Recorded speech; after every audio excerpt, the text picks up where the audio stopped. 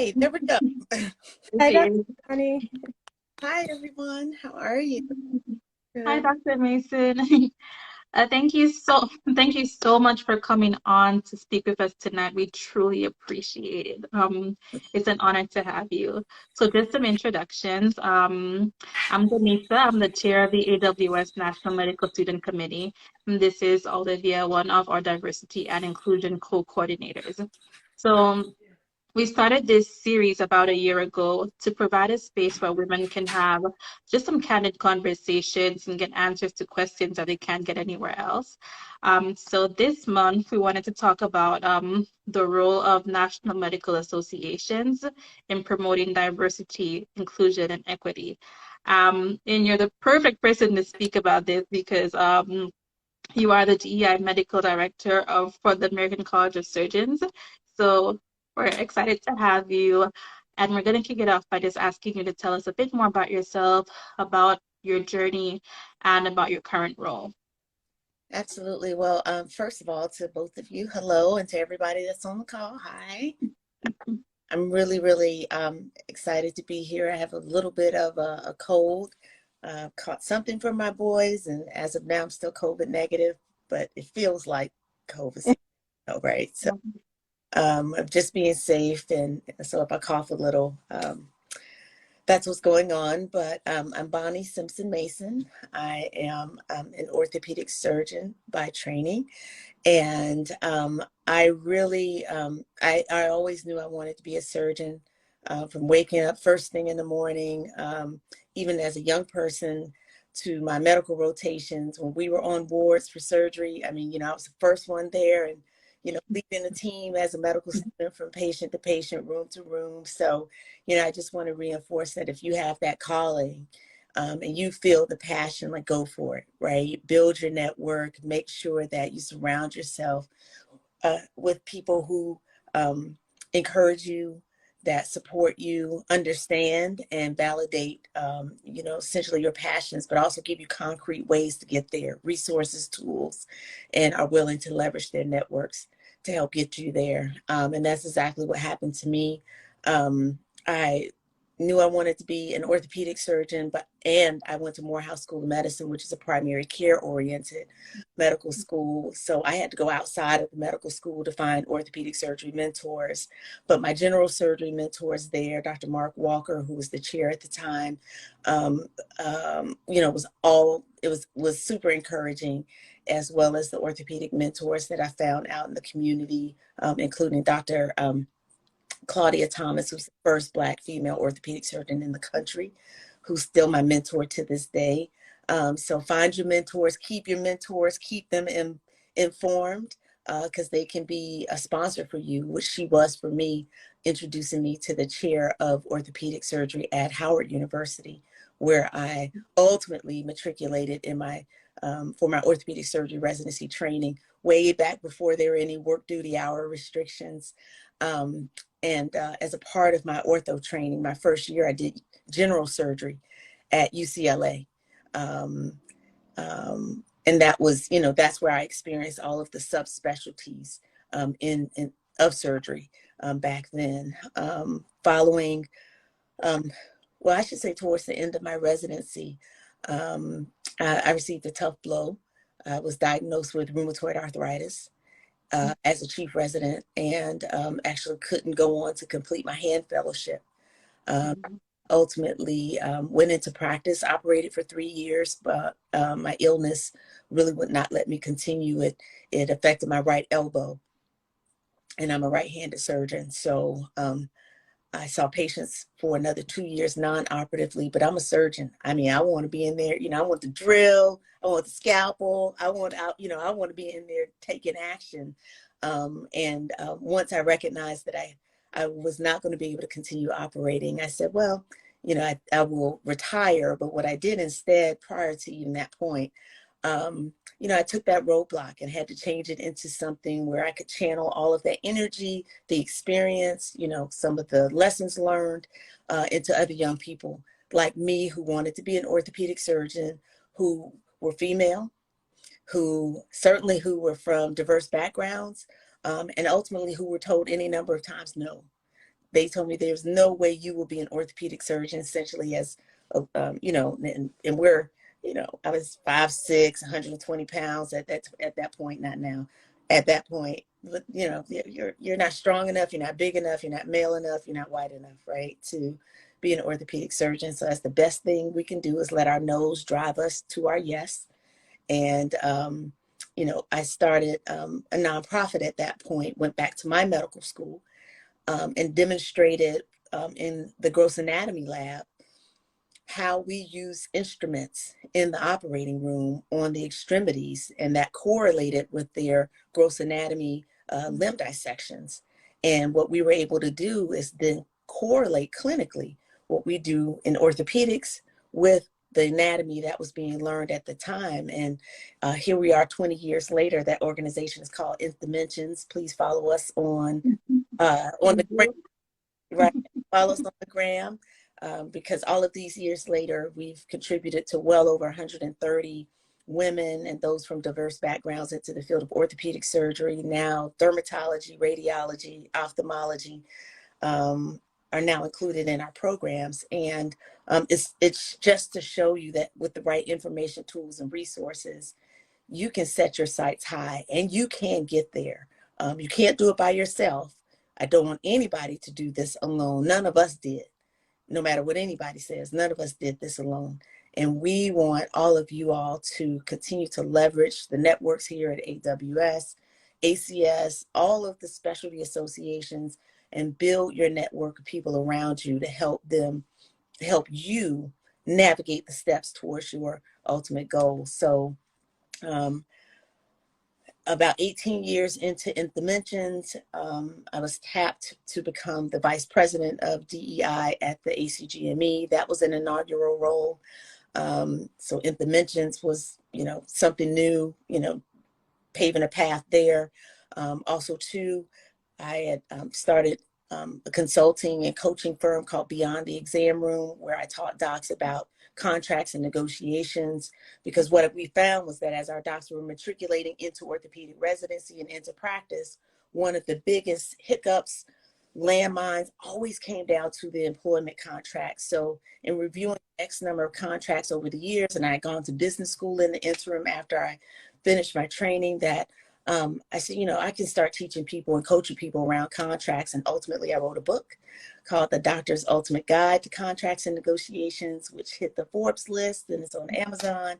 And, you know, it's all been in an effort to give back, all in an effort to, you know, essentially, you know, provide additional, you know, resources and information to people who want to, you know, walk these paths, people, physicians, because, you know, my passion is physician development and encouragement, mentoring, and supporting. So between Nth Dimensions, Beyond the Exam Room, led me to ACGME. And after almost 2 years there, and I built a huge national program called Equity Matters there, launched it, implemented it with over, you know, 400 sponsoring institutions across the country participating. Then I was asked to come over to American College of Surgeons as the inaugural medical director of TI. So, you know, right back to my starting place in surgery. So I felt comfortable, and everybody said, well, you know, these people are surgeons. I'm like, yeah, I'm a surgeon. Yeah, I get it. Yeah, I get it. So the book is The Doctor's Ultimate Guide to Contracts and Negotiations, Power Moves. And so we are super excited about, we have to be clear and sure you want to use every step of your career to learn from. And even my you know, encounter with rheumatoid arthritis, which wound up being a roadblock for me surgically, it really wound up being an opportunity to open doors for so many other surgeons behind me. And ultimately, it led me here to the American College of Surgeons. And for that, I'm forever grateful. You know, so these paths, you don't let these landmines and challenges dissuade you. What am I supposed to be learning? You're certainly going to be building life muscle along the way. You're going to be stronger on the back end. Just don't do it alone. And that's one of the biggest lessons that I think I could share this evening, is that, you know, I have built a network. I lean on my network. We have chats and we're on calls and we try to, connect and make sure we're making informed decisions by having that strong network of people around us. So it's really important. Thank you, Dr. Mhm. All I can say to that is thank you. I think it's really amazing that you turned something that was like seemingly negative into this experience and this and into something that blessed so many other people. So thank you. Oh, well, I feel blessed to be in that space, right? I feel blessed to have that opportunity. Um, and I needed students to pour into as much as they needed the experience that I had to share. And once I was able to look at it as a reciprocal relationship, then I was, then the blessings just continued to grow, out of that recognition. So I think as long as we can, look at those challenges, learn from them, and figure out how they can benefit someone else, even if it's something new, a new position, something that hasn't been endeavored upon before, in a new role. And even if as women walking into a new surgery department or role, we can absolutely, succeed at that with that kind of positive mental growth mindset that, and that life muscle that I talked about. Thank you. So the next question is, I've met you a couple of times through NM, and I know you guys have been doing a great job in terms of diversity for minorities, people of color in ortho or dermatology fields. The question I want to ask is, in your own opinion, the ACS and other national organizations, how do you think they're promoting diversity, inclusion, and equity in surgery? Yeah, absolutely. So the reason I took this role is because there's so much opportunity at the association and organizational level. What we want to do is make sure that from a leadership perspective, we are taking this bull by the horns and not just looking at the diverse learner, surgeon, or group to um, come forward, build inroads, create collaborations, and really invest meaningfully in work that's going to forward diversity, equity, and inclusion. We want our leaders, our boards, we want people who have the privilege of power, right? The privilege and access to resources to prioritize the work in equity, putting equity practices in place, which will result in, inclusive actions, creating these belonging environments that will allow diverse populations of surgeons and thereby our patients to survive.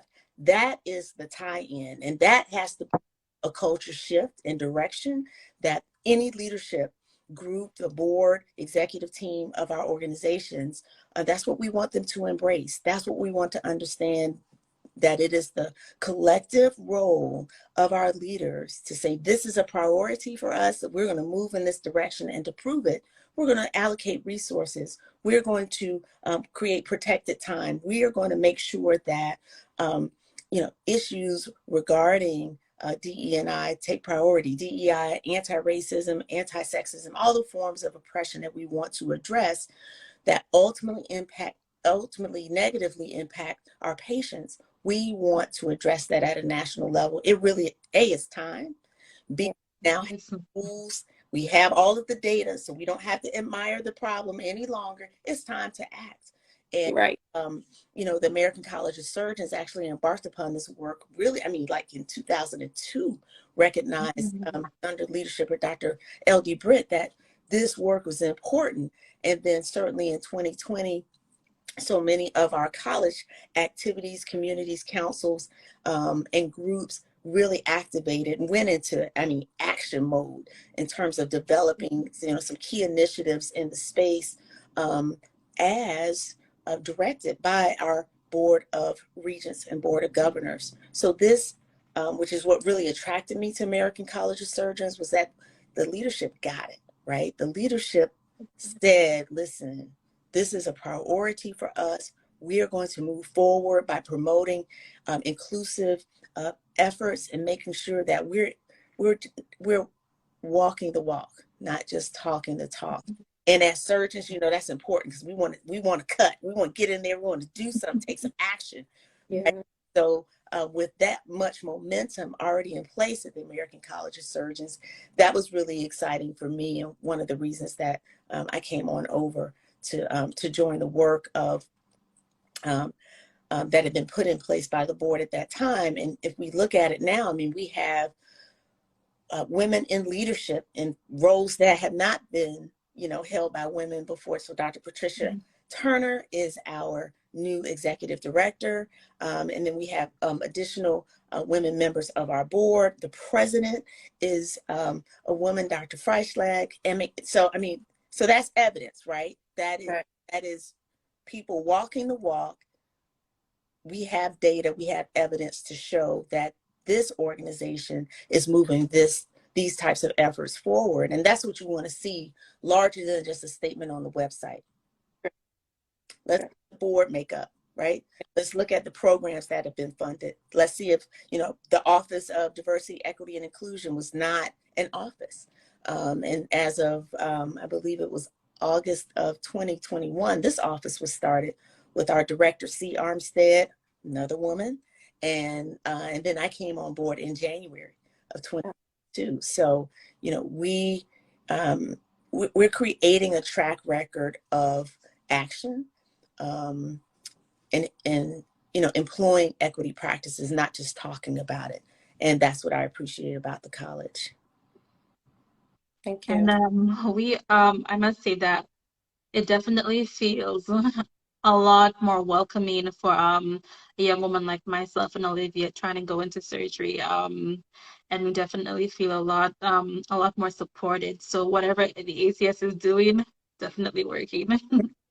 But our next question, what are the greatest challenges that you have faced in your role in trying to implement diversity, inclusion, equity initiatives? And how have you overcome those challenges, or how do you plan to work to overcoming those challenges? No, absolutely. So, everyone, I try to encourage everyone who is thinking about and learning about diversity, equity, inclusion, anti-racism, anti-sexism, anti-oppression efforts. This is a new arena, right? But there is a science to it. So one of the biggest challenges is getting everybody to understand the depth and breadth of DE&I, right? Diversity, equity, and inclusion issues, and to make sure we understand the foundation. So we need everybody to go and learn more, right? Not just assume that because we're Black, that we understand the breadth of DEI issues. That's because we're women that we understand the breadth of gender-related issues. We have to make sure that we continue learning and growing in this space. And that's one of the hugest, is that a word? That's one of the greatest challenges that we have, is bringing that why to the table, because once we read and we understand the history, right, of injustices, then that we can only rectify those once we understand what they are, historical and those that are current. So we want people to learn more about the history of race in medicine, the history of gender in medicine, some of the issues and challenges around research, who's included, who's not been included in research. We want people to, education is the key to overcoming essentially why this should be an important issue for everyone in our specialty, not just people who are from diverse backgrounds, not just for women. This is why we need people who are of the dominant culture, who are white, who are male, to invest in this effort. Because, when I stand up, speaking of a challenge, when I stand up and I talk about, creating a diverse, a safe and equitable learning and clinical environment for our surgeons, I mean, people look at me and say, oh, you have a pony in the game, right? You have a reason to be standing here. Well, it's important for us to build allies, sponsors, co-conspirators who are white, who are male, of all, and then people who are of all backgrounds, to come in and say, no, it is important. And this is why it's important to me, although I might be a white male, that Black women have a space, Latina women have a space in this arena, right? They should be surgeons too, that we need everybody to use their voice. And it's not just issues of race and ethnicity. There are issues around, language preferences, issues around abilities, differences. There are about 20 plus subdomains of diversity that we have to address, right? And that's why we need everybody to be on board to understand the breadth of our diversity. Every time I'm in a lecture or in a conference, I try to learn something new myself, right? So this is an organic opportunity for us to continue learning, which is, as physicians, we're career nerds. We love learning. We want to keep learning and growing. So I tap into that value proposition of being career nerds, constant and lifelong learners, to invite people to say, hey, come and learn more about this. Come and learn more about, Black surgeons who've made contributions to this space, our Hispanic and Latino surgeons who've made contributions to this space, our women surgeons, and think about the intersectionality of women from all different backgrounds who've made contributions to surgery and who are continuing to make history. We have chairs of departments that are women now. We have, Dr. Turner that we spoke about. We have board members who are surgeons. I would love to see, and the way we overcome challenges is by elevating these successes, right? We elevate their stories such that more, students and residents such as yourselves can see them, right? And say, well, if they can do it, I can do it, right? That's how we overcome the challenges. And then we build bridges, right, on a foundation of education. And then we make intentional efforts to communicate with as many people as possible and creating safe spaces so we can have conversations with people who may not look like us or who may not share our diversity in terms of how they identify, but to invite them into the conversation so they can become allies, advocates, sponsors, and co-conspirators in the space. So education, communication, safe space. Yeah. Okay, so I'm just going to ask the next question. I know you've been a force in promoting diversity in the various organizations you found or you're representing. So what are your short-term goals and your long-term goals for promoting D&I across the surgery? You guys sent me that question, and I said, oh, that's a big question, right?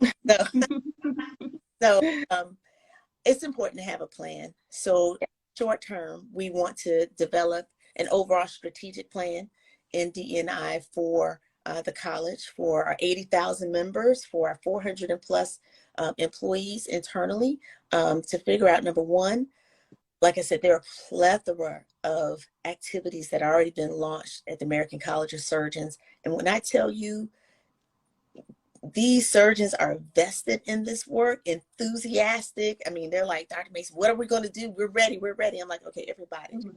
A few minutes, okay, because we got to get on the same page. Our first goal is to organize all of those programs, all of those efforts, make sure that we're not duplicating efforts, and to make sure that we're aligning all of that work with the values of the American College of Surgeons. And so that's, our short-term goal. I think I've been in this position just over 100 days or so.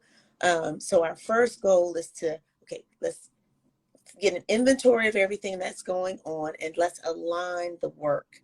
Only then can we add some infrastructure into the programs, because what we want to do is launch our programs through a trauma-informed, trauma-aware lens, because what we don't want, and this is important in any DEI work that we're doing, what we don't want to do is, with our good intentions, be so overzealous or be so enthusiastic that we cause harm. Right. Right?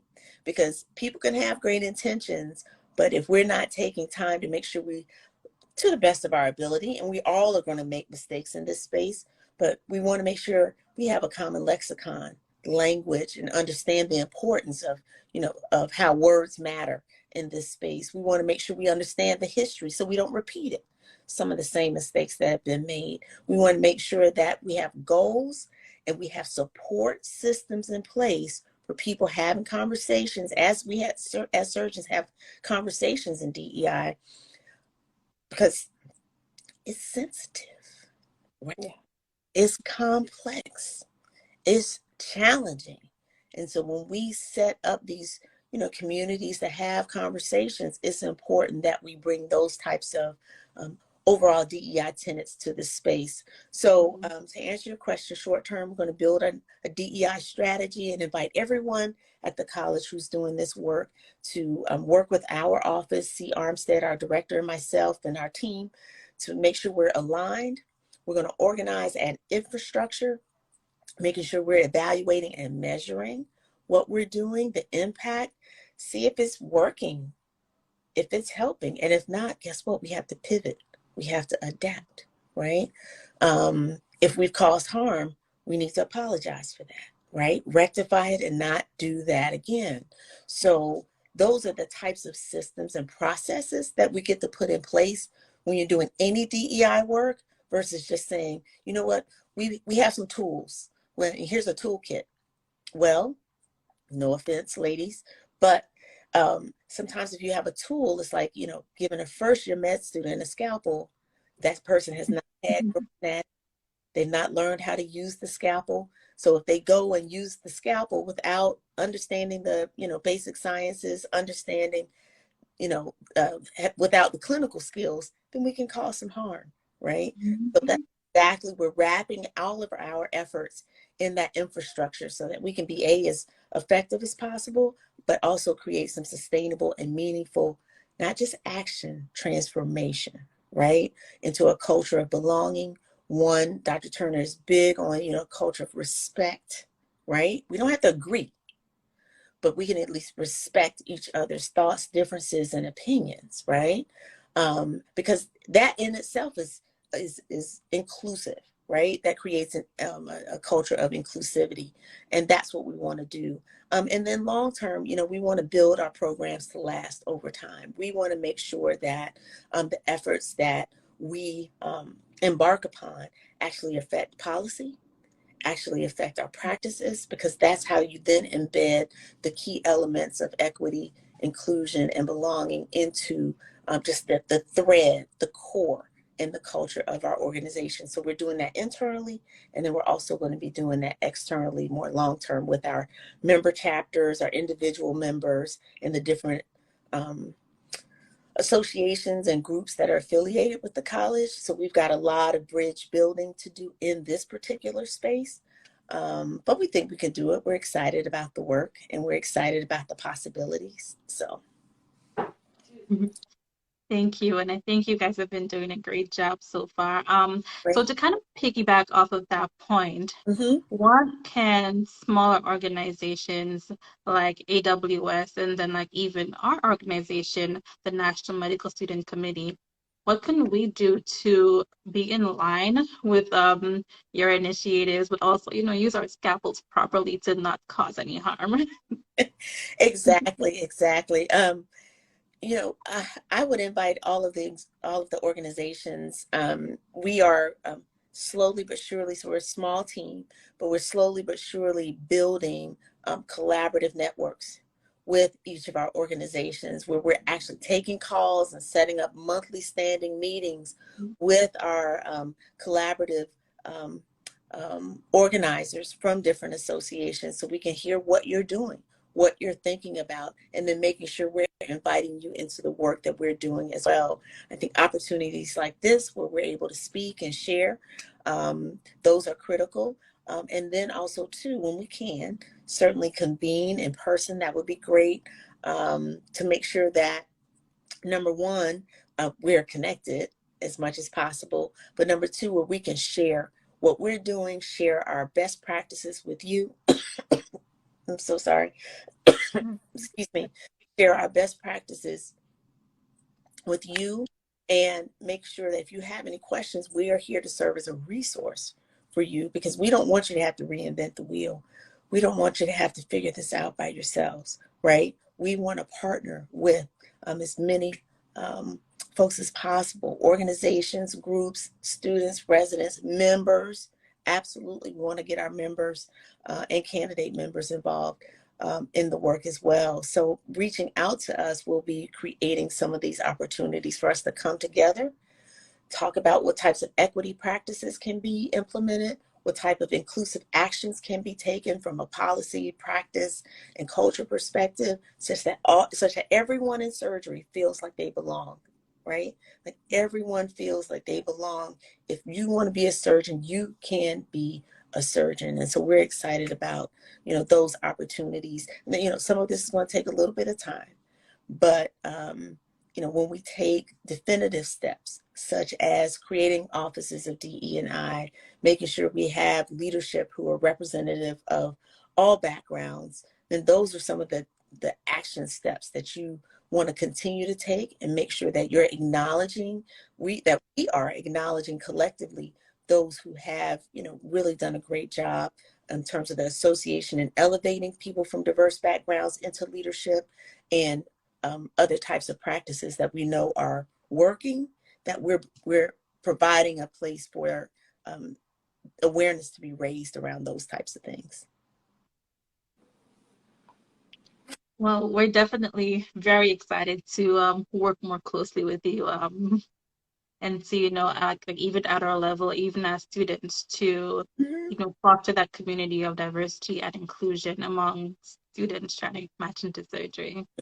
Absolutely. I mean, you all, just even in your aspirations to become surgeons, you can make sure that you even go back to your colleges, and you can, serve as mentors for people who want to come to medical school. And you talk about your aspirations to want to be a surgeon. And once you become a resident, you can go back to your medical school. So, I mean, there's always an opportunity to give back, to be a positive influence, and to create a bridge into surgery, right? And to continue to build your network. So you can do that looking back, but also looking forward as well, which is also what we would want. I would think that we would want, as students and residents, to make sure that you're aware of our different events in the member chapters, and then also to, our clinical congress will be held in October in San Diego. The society. Yeah, so, there are going to be opportunities for us to interface. And as a student, I tried to get to every conference I could get to, because I didn't know who I was going to meet, but I wanted to be in the room. Right? Right. Okay, so at this point, I'm going to open up really quickly to any questions from the audience. Oh, perfect.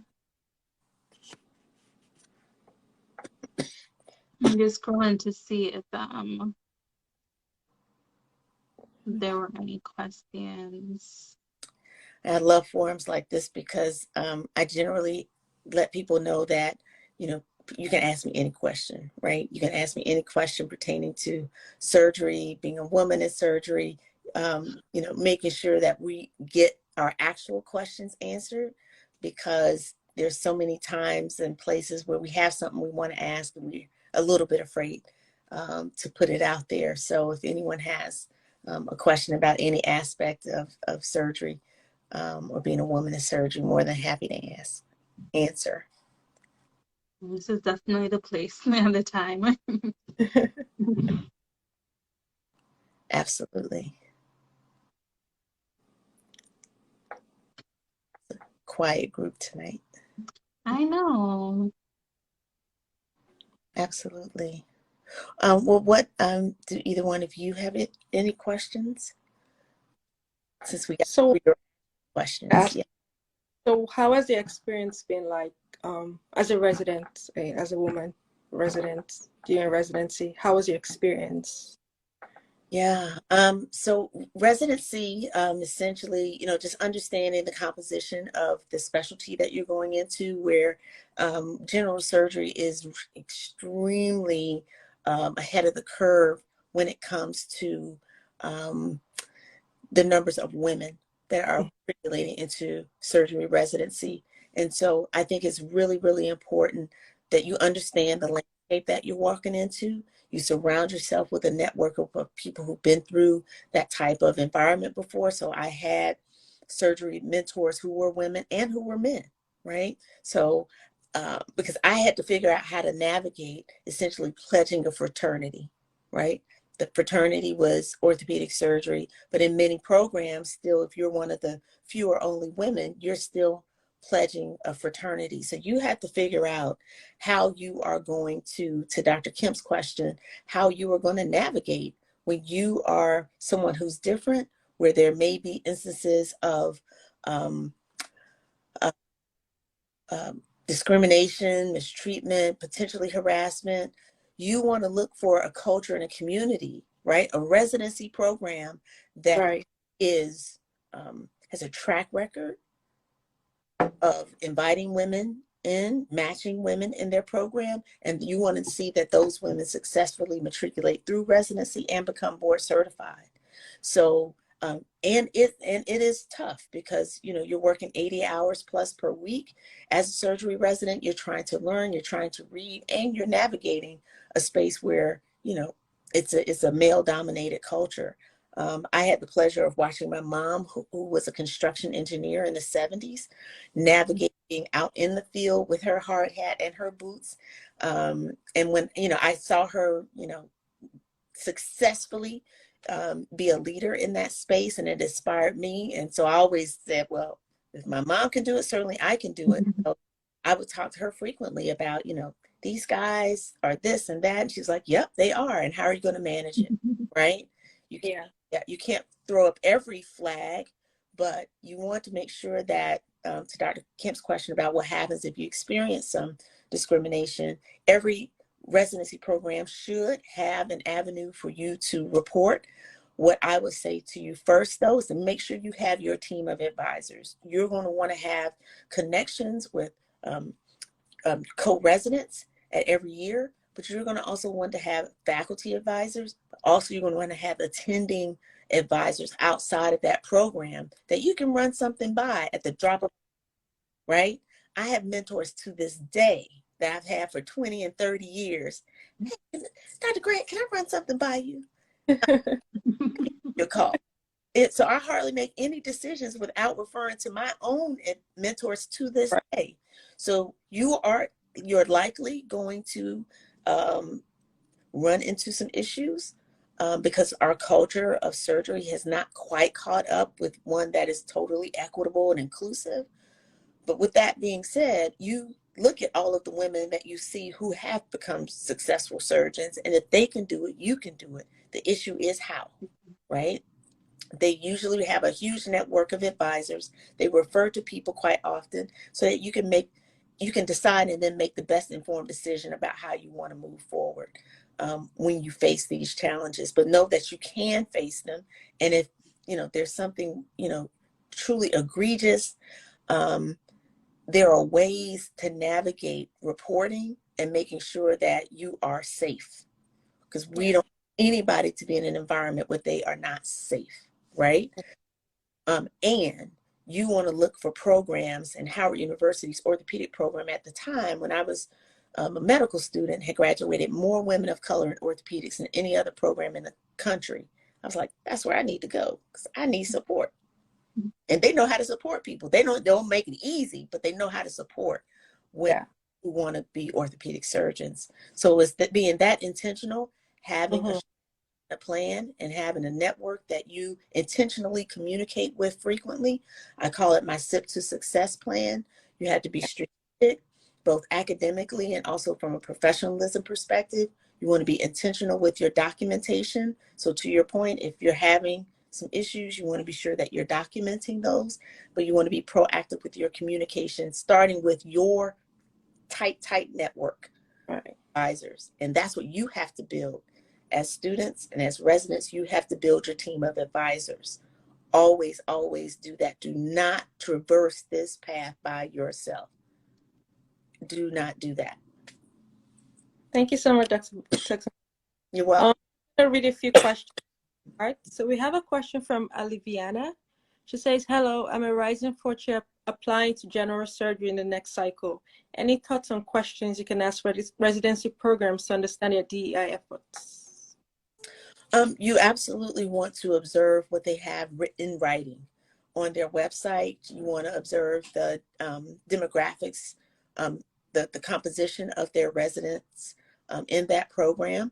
And quite honestly, you could ask what types of steps are being made in this program to make this environment inclusive and equitable. You don't have to harp on it. Most programs uh, that are truly interested in recruiting more women will actually talk about that forthrightly, kind of proactively. And then certainly if they open the door, you can respond and say, hey, I have a follow-up question. Could you give some examples of what you're doing to create an inclusive and equitable environment for women surgeons? That is really an important point. And it's a great question to ask. And a lot of programs expect it now. Right. Mm-hmm. So we have another from days. Do you think residency programs are better advocating DEI today? What are some gaps that you feel still need to be addressed? I think DEI efforts are in far greater existence now than before. But the gaps, meaning the overall, we're talking over 100 years of history here, where surgery was a predominantly male field. So that gap is not going to be closed within 2 or 3 years of concerted efforts by one department or even one association. It really is going to take the collective efforts of leaders that we talked about earlier. So the leaders have to make that commitment towards equity, inclusion, and diversity. And we want to make sure that they then put dollars behind those efforts to make sure that additional, data research, staffing, and practices are in place. And we want to make sure too that um, uh, those gaps can be then recognized, and we can start building solutions together towards towards filling those gaps. So it's not perfect, y'all. It's not perfect, but we don't expect it to be. But we do want to see steps towards change management, especially when it comes to a culture, takes time. Right. It takes time, but it is better. I would say it is better. We have more work to do, but it's better. Mhm. Mhm. I think we'll take one last question before we close off. So someone asks, any negotiation referrals for the medical students and residents? Oh my gosh. There's so many negotiation pearls. So you going into your residency program, you really don't have a lot of room to negotiate that employment contract.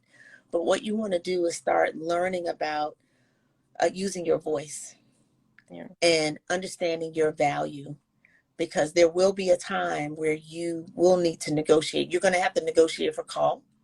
You're going to have to negotiate for, building opportunities for yourself. When it comes to presenting, being on research publications, you're going to have to be able to advocate for yourself. So I would say, as women, us using our voices and not second guessing our value, even if no one else says it or sees it. What do you need to do to build your own value proposition within yourself to make you feel good? Who do you need to surround yourself with who will remind you and will help you water those seeds of confidence within yourself? Because forget this imposter syndrome business. It is the responsibility of the organization, the department, the culture to help us feel like we belong versus, you know, uh, creating an environment where we don't feel like we belong. Essentially, that's the imposter syndrome as it's defined. But I'm flipping that and saying it is the responsibility of leadership to make sure if we invite you in as a medical student or as a resident, that we also take the steps to talk to you, ask you what you need, and be sure if you need resources that are different from our other residents, that we make that happen, that we provide those resources. So that's actually, those are the bullets and requirements of equity that Dr. Kamara Jones espouses, that we wholeheartedly support. So we want to make sure that, if you're going to negotiate, and when you negotiate, that, you have a voice and that you understand you have a right to use that voice. There's a way to do it strategically to be effective. That's when you go to your team of advisors, right? Versus going to social media first. Ooh, y'all,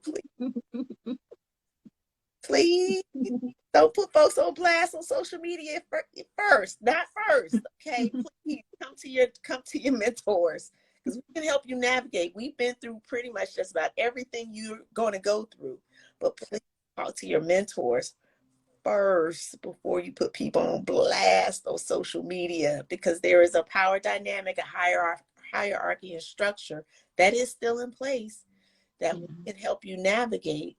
It's, when and if things, don't go your way, but we can help, right? That's what your mentors are for. That's what your sponsors, your faculty are for. So please tap us. Even when you have to negotiate something, we can help role play, give you some suggestions, give you some language that you can use. Hey, I'm sure you understand, my family has a big event coming up in the next, 2 months from now. Would it be possible for us to take a look at the call schedule and, to make sure that I'm off on that weekend? And I'd be happy to take call before and after when I come back. Can we go ahead and talk about that? That'd be great. Thanks. So there's a way to sandwich a conversation that I call it, in terms of having a negotiation strategy with every conversation. I use it with my husband, right?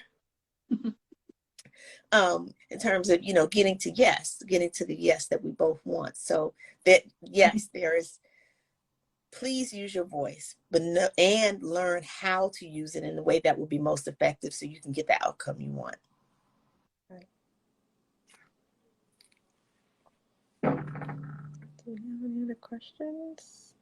I don't know if you want to take like one more question, or I have this question from May Goodness. She says, any advice and thoughts on being a new mother or parent during surgery residency? Support.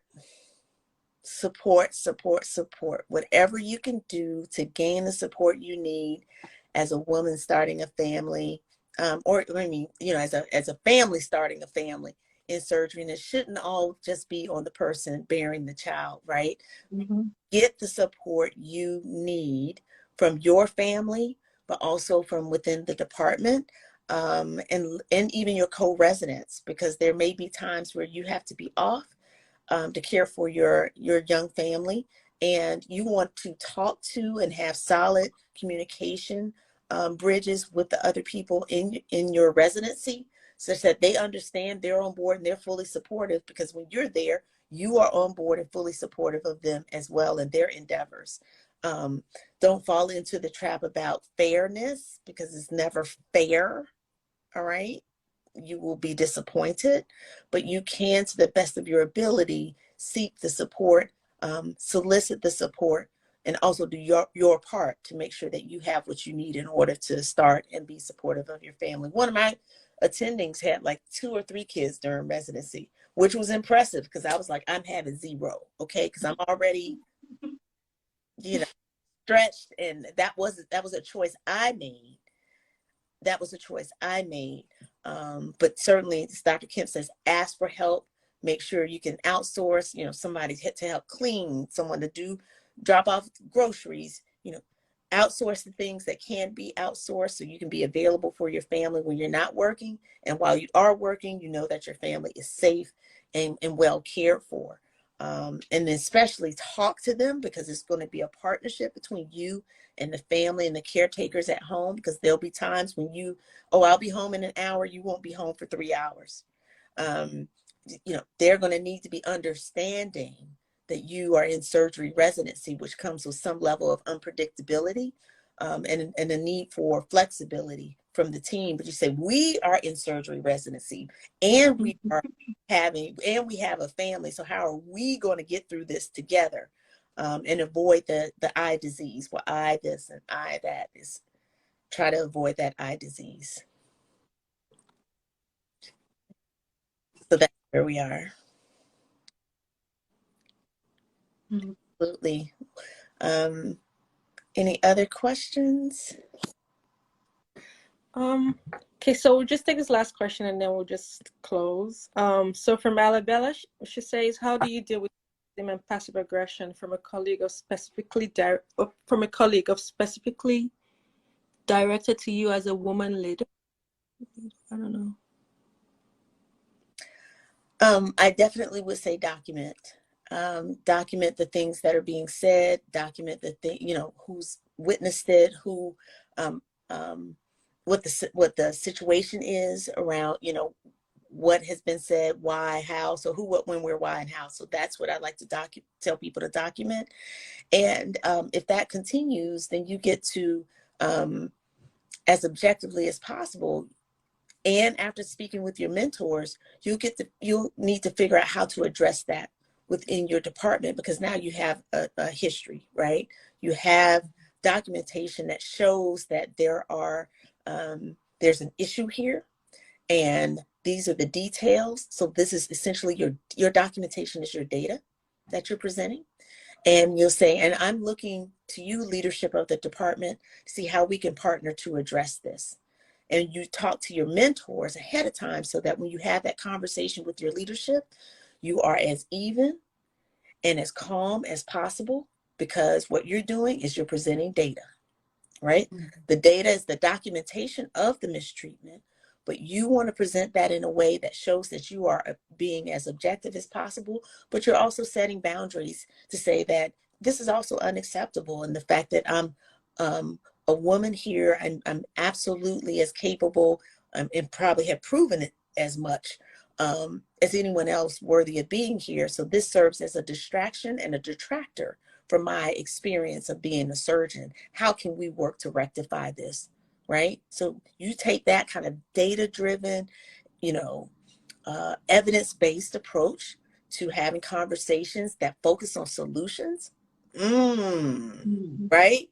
So now you're not a person causing a problem or creating a ruckus. You are a person that is solutions driven, you are action oriented, and you're also right here.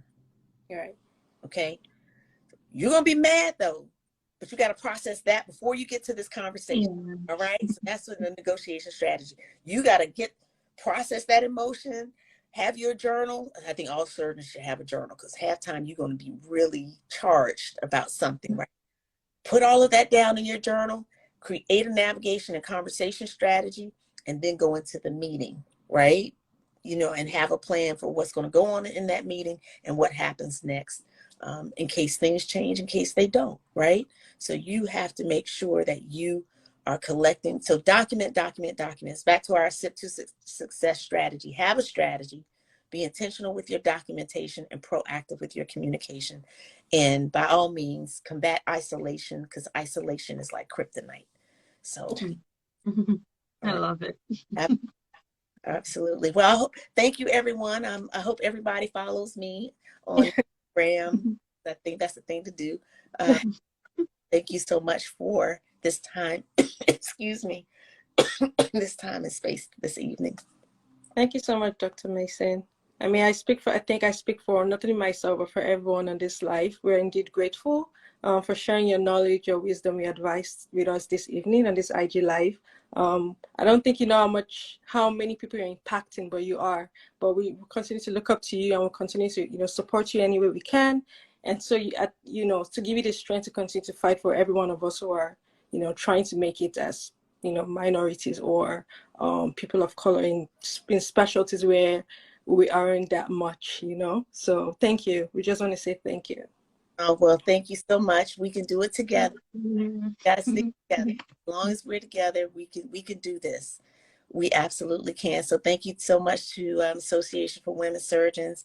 Go ACS. We want to see you all at our meetings, and we appreciate you. Hang in there. You can. You can. Will. Yeah. All right. Thank you so much. All right. Thank you. Have a great evening. Everybody here. Thanks so much.